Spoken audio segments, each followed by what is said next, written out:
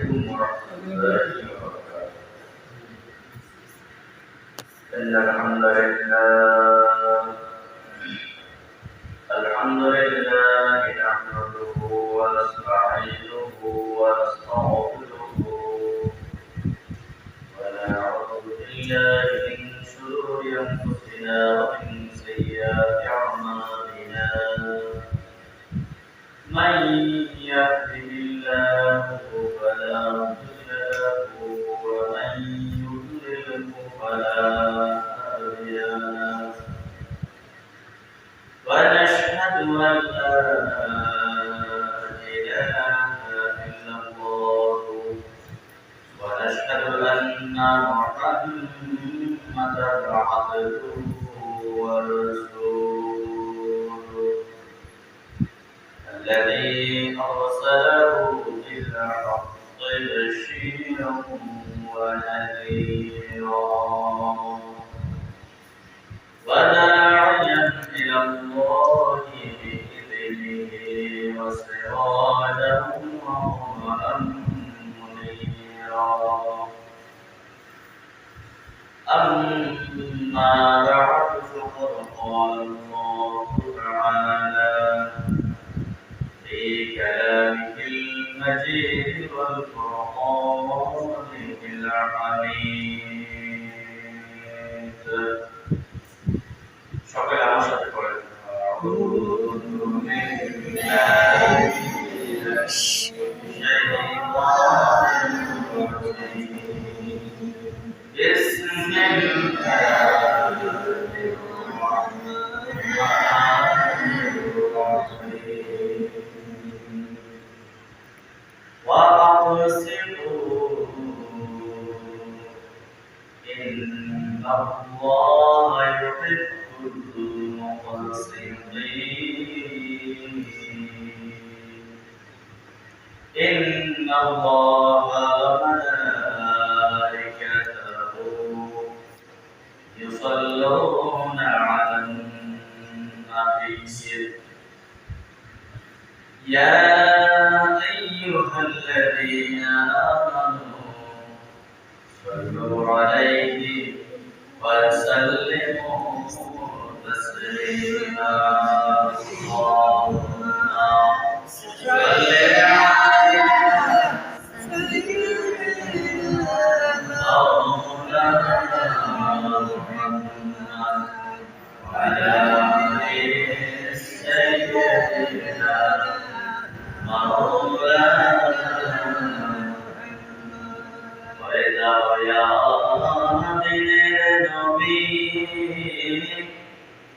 না দেখিলে ছয় বৎসরের কালে নবী হারাইলেন মায়ের কোল। আল্লাহুম্মা সাল্লি আলা সাইয়্যিদিনা মুহাম্মাদ ওয়া আলা আলি সাইয়্যিদিনা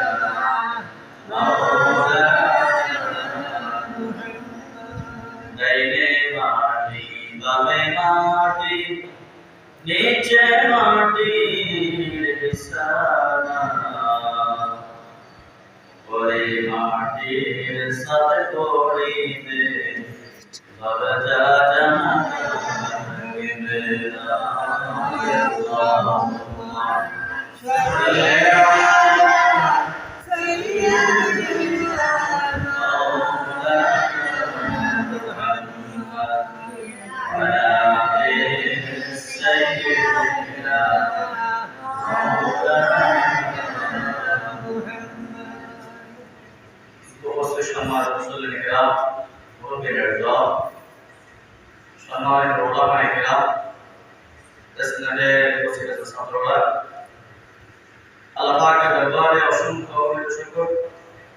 যে মহান রব্বুল আলামিন আমাদেরকে আজকে রবিউল মাসের 23 তারিখ 29 মাস হলে আজকে হয়তো শেষ মাস। মহান আল্লাহ আমাদেরকে সমস্ত মানুষ থেকে বাছাই করে আল্লাহ পাকের পবিত্র ঘরে আসার জন্য জুমার নামাজ আদায় করার উদ্দেশ্যে আল্লাহ পাক আমাদেরকে একত্রিত হওয়ার তৌফিক দান করেছেন। সেজন্য আল্লাহ পাকের দরবারে প্রাণ খুলে কালিমাতুশ শুকর আদায় করে সকলে বলি আলহামদুলিল্লাহ। আরেকটা আওয়াজ করে বলি আলহামদুলিল্লাহ। তারপরে বলুন সালাম আমাদের মুক্তিযোদ্ধা মুহাম্মদ রাসূলুল্লাহ সাল্লাল্লাহু আলাইহি ওয়া আলিহি ওয়াসাল্লাম পরে সম্মানিত হাজিরিন, পবিত্র রবিউল আউয়াল মাসে আমরা যতটুকু সম্ভব রাসূল আকরাম সাল্লাল্লাহু আলাইহি ওয়াসাল্লামের জন্ম বৃত্তান্ত, বৈশিষ্ট্য, মুআজিজা, রাসূলের চারিত্রিক দিকগুলি আমরা যথাসাধ্য আলোচনা করেছি। আল্লাহ পাক যেন আমাদেরকে আমল করার তৌফিক দেন, সকলে বলি আমিন। আল্লাহ বলি আমিন। আজকে সংক্ষিপ্ত আলোচনা করার চেষ্টা করব ন্যায় বিচার এবং রাসূল আকরাম সাল্লাল্লাহু আলাইহি ওয়াসাল্লামের ইন্তেকাল সম্পর্কে সংক্ষিপ্ত আলোচনা করব।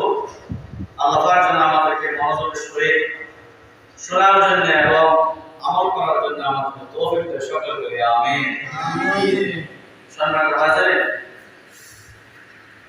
পৃথিবীর জমিনের মধ্যে যত বিশৃঙ্খলা, যত সমস্যা, যত বিপদ, যত ঝগড়া ফাসাদ, সব কিছুর পিছনে অধিকাংশ সময়, অধিকাংশ হারে যে বিষয়টা প্রভাব বিস্তার করে সেটা হচ্ছে ন্যায় বিচার না থাকা। কি বলে ঠিক না? ন্যায় বিচার না থাকা। ন্যায় বিচার যদি থাকতো তাহলে সমাজের মধ্যে দুনিয়ার যত পাপের কাজ আছে, দুনিয়ার যত অবৈধ কাজ আছে, কোন কাজ থাকতো না। কারণ সুবহানাল্লাহ, কোন কাজ কি থাকতো না। আল্লাহ কোরআন কারীমে যে আয়াতটা তেলাওয়াত করলাম, ওয়া আকসিতু, আল্লাহ পাক বলতেছেন, হে দুনিয়ার মানুষ, তোমরা ন্যায় বিচার, ন্যায় নীতি প্রতিষ্ঠা করো। আল্লাহ পাক বলতেছেন, তোমরা ন্যায় নীতি, ন্যায় বিচার কি করো? প্রতিষ্ঠা করো। ইন্নাল্লাহ, নিশ্চয়ই আল্লাহ তাআলা ইউহিব্বুল মুকসিতিন, ন্যায় বিচার প্রতিষ্ঠাকারীদেরকে আল্লাহ পাক ভালোবাসেন। সুবহানাল্লাহ, আল্লাহ সুবহানাল্লাহ। আল্লাহ রাব্বুল আলামিন দুনিয়ার জমিনের মধ্যে অনেক মানুষকে ভালোবাসেন। তার মধ্যে একদল হচ্ছে যারা ন্যায় বিচার।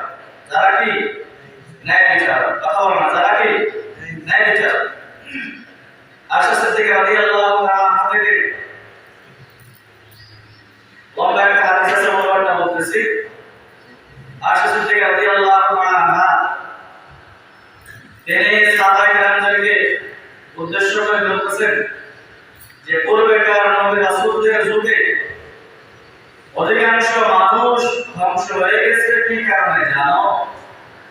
আয়েশা সিদ্দিকা রাদিয়াল্লাহু তাআলা বলতেছেন যে তাদের সময়ে ন্যায় বিচার ছিল না। কি ছিল না? কথা বলেন না, কি ছিল না? ন্যায় বিচার ছিল না।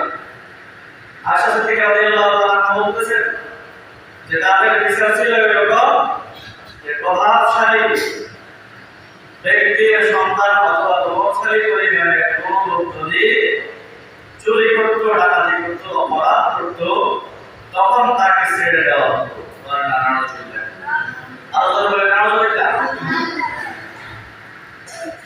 আর যদি নিম্নমানের অসহায়, যার কোনো সাইডে কোনো শক্তি দেওয়ার মতো, মনোবল দেওয়ার মতো কেউ নেই, এরকম লোক যদি চুরি ডাকাতি করতো, অপরাধ করতো, অপরাধ সম্পদ লুণ্ঠন করতো, তাহলে তার বিচারটা অত্যন্ত কঠিন ভাবে হতো।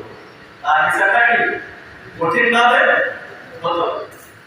আয়েশা সিদ্দিকা রাদিয়াল্লাহু তাআলা বলেন, আল্লাহর নবীকে আমি বলতে শুনেছি, আল্লাহর ইরশাদ করেছেন, আমি আল্লাহর শপথ করে বলতেছি, আমার কন্যা ফাতেমা যদি চুরিতে ধরা পড়ে তাহলে আমি কোরআনের বিধান অনুযায়ী অবশ্যই আমি তার বিচার করব। সুবহানাল্লাহ।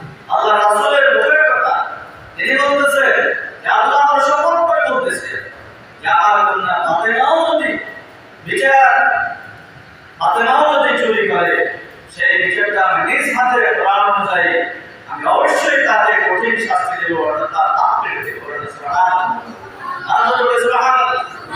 আর এই বিচার যদি আমাদের সমাজে, দেশের মধ্যে, পরিবারের মধ্যে যদি থাকতো, তাহলে আমাদের সমাজের মধ্যে দুর্নীতি থাকার কোনো সম্ভাবনা ছিল না। কেবল ঠিক না? এজন্য রাসূল আকরাম সাল্লাল্লাহু আলাইহি ওয়াসাল্লাম তার কাছে কোনো ব্যক্তি যদি কোনো বিচারের জন্য যেতেন, ফয়সালার জন্য যেতেন, তখন তিনি মুসলমান হোক, খ্রিস্টান হোক, ইহুদি হোক, মুনাফিক হোক, ওই দিকে না তাকিয়ে অবশ্যই তিনি সত্য যেটা ন্যায় বিচার সেটা করে দিতেন, সেটাই করে দিতেন। এক মুনাফিক সে রাসূল আকরাম সাল্লাল্লাহু আলাইহি ওয়াসাল্লামের দরবারে এসে বলতেছে যে আমি আমার জমির কসম জমি আছে, সে আমার জমিটা একটু আমার জন্য চেষ্টা করতেছে, আমার জমির দিকে আসার জন্য চেষ্টা করতেছে, আমি এটা বিচার চাই। রাসূল আকরাম সাল্লাল্লাহু আলাইহি ওয়াসাল্লাম তদন্ত করে যাচাই করে দেখলেন যে বিচার করলে এই বিচারের রায় ওই কাফের দিকে যায়। আল্লাহ রাসূল সেই বিচারটাই করে দিলেন। সুবহানাল্লাহ। সেই বিচারটাই কি করে দিলেন। এত মুনাফিক মার্কা মুসলমান, সে গর্ব করে গেল যে আমি দিনের রাস্তা দান করি, আল্লাহ রাসূলের পিছনে নামাজ পড়ি, আমি সমাজের মধ্যে বসবাস করি, আল্লাহ রাসূল আমার পক্ষে বিচারটা দিও না, আমার রাসূলের বিচার আমার পছন্দ হয় না। বলেন নাউযুবিল্লাহ। রাসূলের বিচার কি হয় না? পছন্দ হয় না। আমি ওমরের দরবারে যাব, কার দরবারে? বলেন না কার দরবারে? ওমরের দরবার তো ছিল না, কি বলেন ঠিক না? ওমরের দরবার কি ছিল? বেশি কথা কইলে তলোয়ার। বলেন না সুবহানাল্লাহ। ওমর রাদিয়াল্লাহু তাআলা দরবারে গেলেন, কি হয়েছে তোমার? ওমরকে বলতেছে হুজুর, আমি এবারে আল্লাহ রাসূলের দরবারে গিয়েছিলাম, বিচার চেয়েছিলাম, আমি বিচারটা পাই নাই, আপনি আমার সঠিক বিচারটা আপনি করে দেন। ওমরকে বলতেছে যে আপনি আমার সঠিক বিচারটা করে দেন। বলে আল্লাহ রাসূলের বিচার তুমি পারো না, বলে আমার পছন্দ হয় না, আপনি যেটা বলবেন আমি সেটা মেনে নেব। ওমর রাদিয়াল্লাহু তাআলা বললেন যদি আমার বিচার না হয় একটু অপেক্ষা করো। ওমর রাদিয়াল্লাহু তাআলা ঘর থেকে তলোয়ার এনে তার গর্দানটা উড়িয়ে দিয়েছে। সুবহানাল্লাহ। আর তো বলে সুবহানাল্লাহ। সাহাবায়ে কেরামদের মধ্যে ছড়িয়ে গেল ওমর রাদিয়াল্লাহু তাআলা মুসলমান হত্যা করেছেন, কাফের মুশরিকরা বলাবলি করতে লাগলো মুসলমান হত্যা করেছে। আল্লাহ রাব্বুল আলামিন জিবরাইল ফেরেশতার মাধ্যমে আল্লাহর হাবিবকে জানিয়ে দিলেন, ইয়া রাসূলুল্লাহ ইয়া হাবিবাল্লাহ, ওমর মুসলমান হত্যা করে নাই, ওমর রাদিয়াল্লাহু তাআলা একজন মুনাফিককে তিনি হত্যা করেছেন। সুবহানাল্লাহ। কেননা ইসলামের মধ্যে যত খারাপ লোক আছে তার মধ্যে কাফের মুশরিকদের চাইতেও সবচাইতে বেশি খারাপ হচ্ছে মুনাফিক। কথা বলেন না কারা? মুনাফিক সম্পর্কে আল্লাহ বলতেছেন ইন্নাল মুনাফিকিনা ফি দারকিল আসফালি মিনান নার। নিশ্চয় যারা মুনাফিক তাদের জায়গা হবে জাহান্নামের একেবারে নিম্ন স্তরে। কারণ নাউযুবিল্লাহ, তাদের জায়গা হবে জাহান্নামের একেবারে নিম্ন স্তরে। যেহেতু মুনাফিক পায় কষ্ট, এটা বোঝা যায় না। এটা কি দেখতে মনে হয় যে হয়তো তার মতো বুজুর্গ আর কেউ নেই, তার মতো বুজুর্গ কেউ নাই, আসলে ভিতরে হচ্ছে কি উপরে ফিটফাট, ভিতরে সবর। আসলে এরকম লোক দেখতে একেবারে ক্যানাবলের মতো, ক্যানাবল কি সুন্দর, কিন্তু আসলে খাইলে একবারে দিতে একেবারে কি দিতে এরকম আচরণ নাই, কথা বলার আচরণ নাই। এজন্য আল্লাহ রাসূল সাল্লাল্লাহু আলাইহি ওয়াসাল্লাম পৃথিবীর জমিনের মধ্যে আল্লাহ রাসূল ন্যায় বিচার প্রতিষ্ঠার জন্য সমস্ত সাহাবায়ে কেরামকে বলেছেন, খবরদার যখন তোমার কাছে কোনো বিচার আসবে, যখন তোমার কাছে কোনো ফয়সালার জন্য আসবে, যেটা সঠিক সেটা বলবেন সুবহানাল্লাহ। এদেরও ন্যায় বিচার প্রতিষ্ঠা করে। আল্লাহ সাল্লাল্লাহু আলাইহি ওয়াসাল্লাম ন্যায় বিচার প্রতিষ্ঠা করলেন, নামাজ প্রতিষ্ঠা করলেন, দিনকে আল-ইয়াওমা আকমালতু লাকুম দীনাকুম ওয়া আতমামতু লাকুম নি'মাতি ওয়া রাদিতু লাকুম ইসলাম দীনা। বলেন সুবহানাল্লাহ। আল্লাহ সাল্লাল্লাহু আলাইহি ওয়াসাল্লাম যখন দুনিয়া থেকে চলে যাবেন, আল্লাহ রাব্বুল আলামিন বললেন, আপনার মাধ্যমে আমি দিনকে পরিপূর্ণ করে দিয়েছি এবং ইসলামকে আমি তাদের জন্য ইসলামকে ধর্ম হিসেবে আমি মনোনয়ন করেছি। রাসূল আকরাম সাল্লাল্লাহু আলাইহি ওয়াসাল্লামের দুনিয়ার জীবন শেষ, আখিরাতের জীবন শুরু করতে হলে প্রথম কাজ হচ্ছে মৃত্যুর মাধ্যমে কবর জগতে যেতে হবে। কি বলেন ঠিক কি না? কথা বলেন ঠিক কি না? অনেকে দেখবেন অনেক মানুষ আছে যে মনে করেন এই পার্টি ওই পারে যাবে, ওই পারে যাওয়ার জন্য অনেক সময় দেখা যায় যে কোনো যানবাহন নাই, বাস নাই, রিক্সা নাই, বিশাল একটা খাল, খালের উপরে আমরা পাশ থেকে হাঁটা দিই, কি বলেন দিদি? কথা বলেন না, পাশে কি দিই? ওখানে যেতে হলে এই খাতাটা এই ফুলটা কি পার হতে হবে, এই ফুলটা পার হতে হবে। এই দুনিয়ার জীবন থেকে পরবর্তী জীবনের সূচনা হচ্ছে কবর। সেই কবর সকলের জন্য অপেক্ষা করতেছে। রাসূল আকরাম সাল্লাল্লাহু আলাইহি ওয়াসাল্লাম যখন মুমূর্ষ অবস্থা সাহাবায়ে-কেরামদেরকে ডাকলেন, তিনি আয়েশা সিদ্দিকা রাদিয়াল্লাহু আনহার ঘরে শোয়া অবস্থায় আল্লাহ রাসূলের জানা হয়ে গেছে এই মুহূর্তে তিনি দুনিয়া থেকে চলে যাবেন। সবাইকে ডাকলেন, কিছু নসিহত করলেন, গুরুত্বপূর্ণ কিছু কথাবার্তা বলে গেলেন। আবু বকর রাদিয়াল্লাহু তাআলা আনহু ছিলেন সেখানে উপস্থিত। আল্লাহ রাসূল বললেন, ইয়া সারিয়া শুনে রাখো, আল্লাহ কুরআনে তার এক বান্দাকে দুইটা জিনিস দিয়েছেন। কয়টা? মনোযোগ দিয়ে শুনুন, কয়টা? দুইটা জিনিস। একটা জিনিস হলো যে আল্লাহর কোন এক বান্দা দুনিয়াটাকে পছন্দ করবে, দুনিয়ার শাসনতে থাকবে, দুনিয়ার নিয়ামত সে ভোগ করবে, অথবা সে ইচ্ছা করলে আল্লাহর বিধানের জন্য দুনিয়া ছেড়ে চলে যাবে। সাহাবায়ে সবাই কেউ বুঝতে পারল না। আবু বকর সিদ্দিক রাদিয়াল্লাহু আনহু উপস্থিত ছিলেন, তিনি সাথে সাথে চোখের পানি ফেলতে কান্না শুরু করলেন। হে আবু বকর, কাঁদছো কেন? আবু বকর বলছে, ইয়া রাসূলুল্লাহ, আপনার কথা বলতে ইচ্ছা গেল, মনে হচ্ছে যেন আর কেউ হবে না, নিশ্চয়ই আপনি এই দুনিয়া থেকে আপনি চলে যাওয়ার জন্য আল্লাহ রাব্বুল আলামিন দিয়েছেন। আল্লাহ রাসূল বলেন যে আল্লাহ আমাকে দুইটা ক্রিয়া দিয়েছেন, দুনিয়াতে থাকলেও আমি থাকতে পারি, দুনিয়া থেকে যেতে পারি। আমি আমার রবের সন্তুষ্টি অর্জনের জন্য, আল্লাহর দিদারের জন্য দুনিয়া থেকে যাওয়াটা আমি পছন্দ করেছি। দুনিয়া থেকে যাওয়ার জন্য আমি সেটাকে আমি পছন্দ করেছি, আল্লাহর দিদারের জন্য। এই সময় জিবরাইল ফেরেশতা আসলেন, তারপরে কত আসমানে একজন ফেরেশতা ইসমাঈল, যিনি 1 লক্ষ ফেরেশতার সর্দার, 90 ফেরেশতা আর 1 লক্ষ ফেরেশতার সর্দার। বলেন সুবহানাল্লাহ। অর্থাৎ লক্ষ লক্ষ রহমতের ফেরেশতা আল্লাহ রাসূলের দরবারে এসে রাসূল আকরাম সাল্লাল্লাহু আলাইহি ওয়াসাল্লামের খোঁজ খবর নিয়েছেন, বিস্তারিত তার শারীরিক অবস্থা জানাচ্ছেন। সর্বশেষ মালাকুল মউত আজরাইল তিনি দরজায় এসে গেলেন। বলেন সুবহানাল্লাহ। যেটা আল্লাহ নবীকে বললেন, ইয়া রাসূলুল্লাহ, মালাকুল মউত আপনার কাছে আসার জন্য অনুমতি দিচ্ছে, আপনি যদি অনুমতি দেন মালাকুল মউত আপনার সামনে আসবে।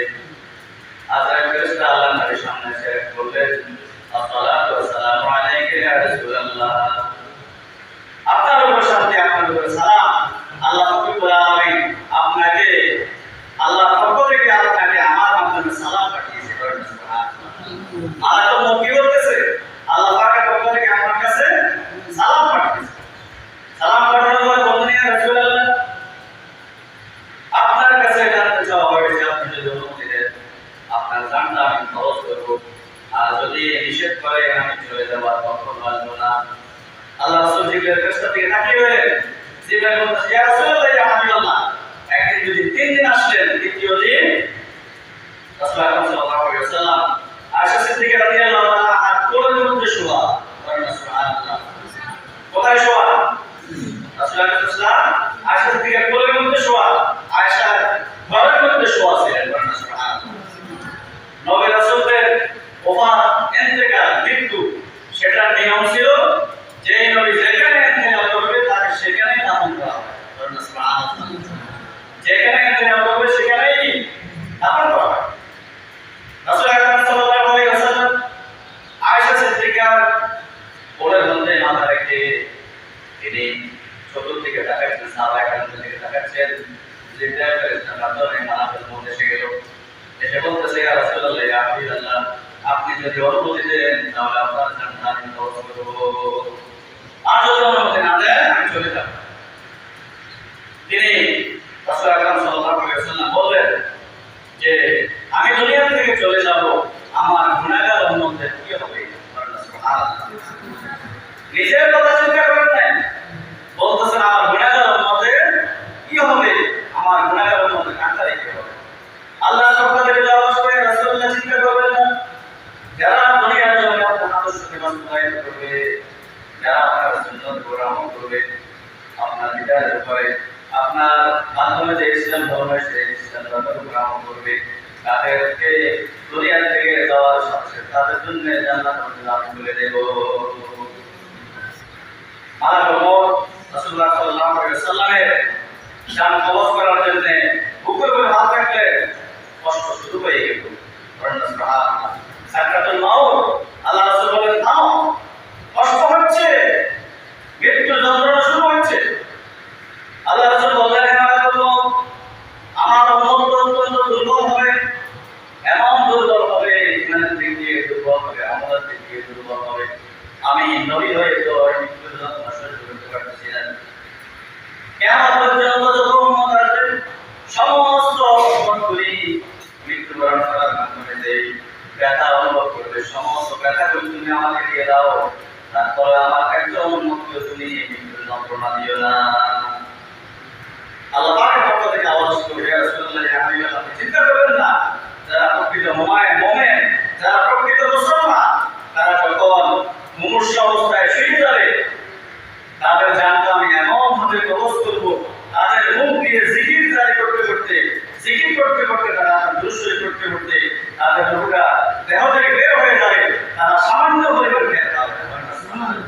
আর যখন বলে সুবহানাল্লাহ, সেই মৃত্যু আমার জন্য আপনার জন্য যদি করতে হয়, সেটা যদি আল্লাহ তাআলা কবুল করাইতে হয়, আসলে আনিত বিজ্ঞানের উপর আমল করতে হবে। কি বলেন, ঠিক কি না? ন্যায় বিচারের উপর সংক্ষিপ্ত আলোচনা করলাম। এই ন্যায় বিচার আমাদের নিজের মধ্যে, পরিবারের মধ্যে, সমাজের মধ্যে, দেশের মধ্যে প্রতিষ্ঠা করার দরকার আছে না নাই? অথবা আছে না নাই? এই ন্যায় বিচার যদি থাকে তাহলে কিয়ামতের ন্যায় বিচারক আল্লাহর আরশে আজিমের নিচে তার ছায়া থাকতে পারবে। সুবহানাল্লাহ। তার জায়গাটা কোথায় হবে? আল্লাহর আরশে আজিমের ছায়ার নিচে। সেইখানে কোনো ছায়ার ব্যবস্থা থাকবে না। তবে আমাদের সকলকে এই দুনিয়ার অল্প হায়াতের মধ্যে আল্লাহ রাসূলের আদর্শের উপর আমল করে এই দুনিয়া থেকে বিদায় হওয়ার আগে যাতে করে আমাদের মৃত্যুর আগ মুহূর্তে এই মুখ দিয়ে যাতে করে কালিমা জারি হয়, সেই আমল করতে হবে। কি বলে, ঠিক কি না? আল্লাহর কাছে দোয়া করতে হবে, নামাজ পড়তে হবে, রোজা রাখতে হবে, জিকির আজকার করতে হবে, আল্লাহর কাছে দোয়া করতে হবে। রব্বুল আলামিন যখন মৃত্যু দিবা, ইমানের সহিত জিকির করতে করতে, দুরূদ শরীফ পড়া অবস্থায়, ইমানদার অবস্থায়, সেজদা অবস্থায় আমার মৃত্যুটা দিও। এই দোয়া আল্লাহর কাছে করতে হবে। পত্রিকা পড়তে পেলাম গত 2 সপ্তাহ আগে এক মসজিদের প্রতি তার ভাগ্যটা কত ভালো। খোতবা লিখেছে, খোতবা দেওয়া অবস্থায়, এই অবস্থায় সে হঠাৎ করে জড়িয়ে পড়ে খোতবা দেওয়া অবস্থায় মারা গেছে। এদিকে জয়ের মরিচে আসলে একজন কি বলছিলেন না, উনিও মারা গেছে কি শুক্রবারে এই দিনবারের মধ্যে। আল্লাহ জানে এই দিনটা আমাদের জন্য কবুল করে সকলে বলে আমি। এরকম যুদ্ধ মৃত্যু, রমজানের মৃত্যু, শুক্রবারের মৃত্যু, ইমানদার অবস্থায় মৃত্যু আল্লাহ জন্য আমাদের জন্য লিখে রাখে সকলে বলে আমি। অন্তর থেকে বলে আমি, কেননা এই সম্পদ যদি আমি